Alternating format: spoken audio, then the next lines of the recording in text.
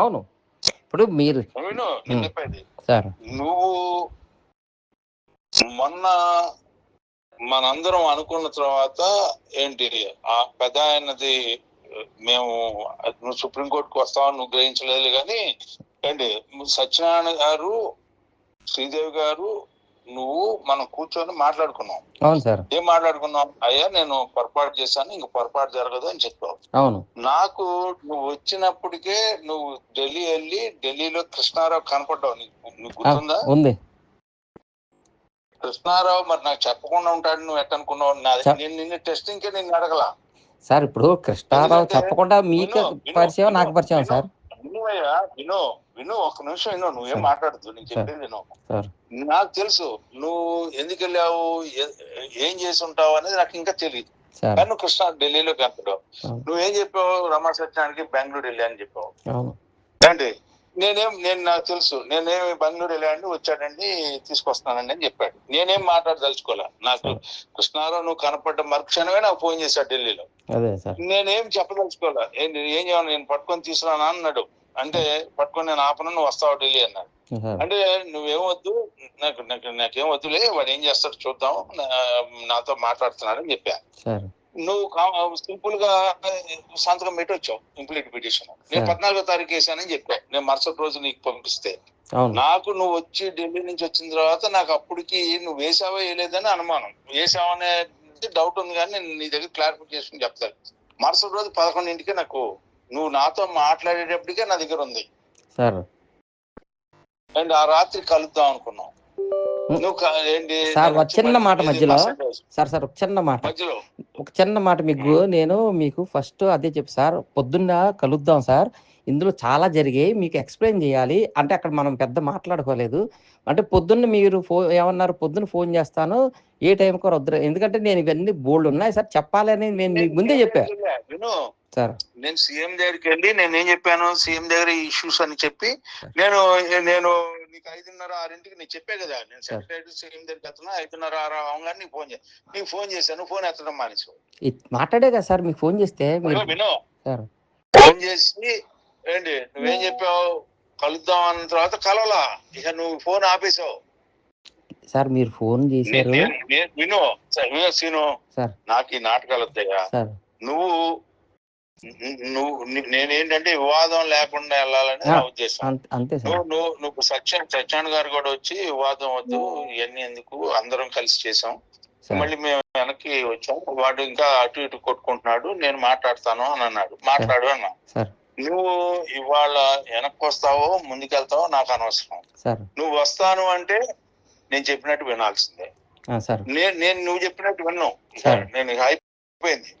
నువ్వు రావాలి అనుకుంటే నేను వస్తాను సార్, నేను మీరు చెప్పినట్టే వింటాను, నాకు నష్టం జరగకుండా చూడమంటే అది నేను చేయగలుగుతాను. అదే సార్ నేను చెప్పేది ఒకటే సార్. విను ఒక్క నిమిషం.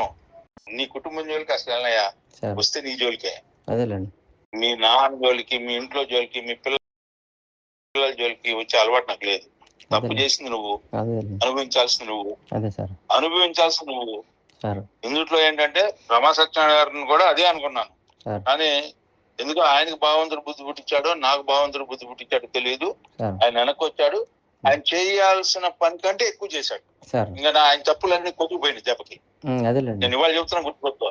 ప్రజాపతిరావు గారిని ఆయన ఎప్పుడైతే ఆయన ఢిల్లీ తీసుకొచ్చి ఆయన చేత స్వాన్ స్టేట్మెంట్ అక్కడ ఎప్పుడైతే ఇప్పించాడో, రమా సత్యనారాయణ గారు 1000 పాపాలు చనిపోయినాయా? అదేలేండి సార్, కరెక్టే.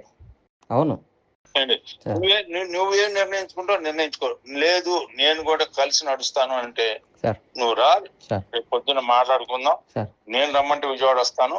మళ్ళీ నువ్వు ఇక్కడ గెలికి అక్కడ ఫోన్ చేస్తే నాకు ఇప్పుడు అక్కడ కూడా కాంటాక్ట్ ఉంది, నీకు తెలుసో తెలీదు, నేను అది కూడా చెప్తున్నా. నువ్వు ఇటు ఉన్నావు అనుకో, క్లారిటీ క్లియర్ గా వచ్చేస్తుంది. ఏంటి నువ్వు అనుభవించాల్సిన ఏమైనా ఉంటే ఆ రోజు ఓపెన్ గా చెప్పు, నేను నాకు ఇదిగో నాకు ఇది చేయండి, నేను తప్పు చేస్తాను, అయిపోయింది, నన్ను ఇట్లా చేయండి అని అడుగు, తప్పలేదు. బట్ ఓన్లీ వన్ థింగ్ ఏంటంటే నువ్వు చేసే దాంట్లో, నువ్వు ఉండే దాంట్లో నువ్వు క్లియర్ గా లేకపోతే, నువ్వు ఇప్పటికీ లేకపోతే, నువ్వు తప్పు చేసిన దానికి శిక్ష పడేలాగా చేయాల్సిన బాధ్యత నేను చేయకపోతే నేను ఒక మనిషిని కానట్టు. సార్ నువ్వు పశ్చాత్తాపడి నాతో దగ్గరికి వచ్చి నువ్వు నాతో కలిసి నడిచావు అనుకో, చిత్తశుద్ధిగా నువ్వు 13 ఏళ్ళు 2011 నుంచి 2025 మే 29 వరకు నువ్వు ఎట్లా నడిచావో అంతమంది 6 నెలల నుంచి నువ్వు తర్కాలు జరుగుతా ఉన్నాయని నాకు తెలుసు. అంటే జనవరి దగ్గర నుంచి 2025 జనవరి వరకు ఎట్లా నడిచావో ఆ రకంగా నువ్వు నేను నాతో నడుస్తానంటే నేను మళ్ళీ ఈ 13 ఏళ్ళు నాతో ఉన్నావు కాబట్టి నేను ఓకే మనిషి అయిన తర్వాత బలహీనత, డబ్బు అంటే బలహీనత, లేనప్పుడు ఇంకెక్కువ బలహీనత అని చెప్పి భావించి చేస్తాను. వాళ్ళు నువ్వు చేసావు.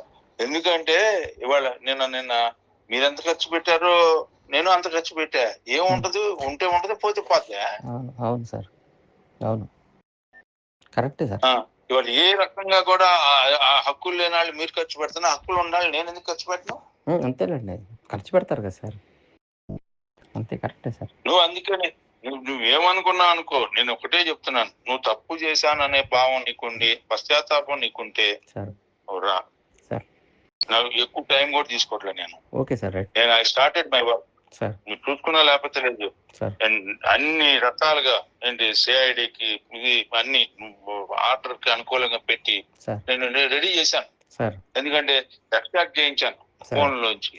ఎందుకంటే మీరు జరిగిన సంభాషణ అంతా పెట్టించాను. నేను మా మాట పట్టలేదు. అయితే నాతో అనుకూలంగా వచ్చాడు కాబట్టి ఆయనకి రక్షించాల్సిన బాధ్యత, ఆయన చొక్కాకి మట్టి అంటే అయినా కూడా నాదే బాధ్యత. అంతే కదా సార్. నిన్న కూడా కాదు, నువ్వు రమా సత్యనారాయణ ఇంక్లూడ్ చేసినా కూడా బయట తీసుకురాగలను. అదేలేండి, అది కూడా చెప్తాను, గుర్తుపెట్టుకో సార్.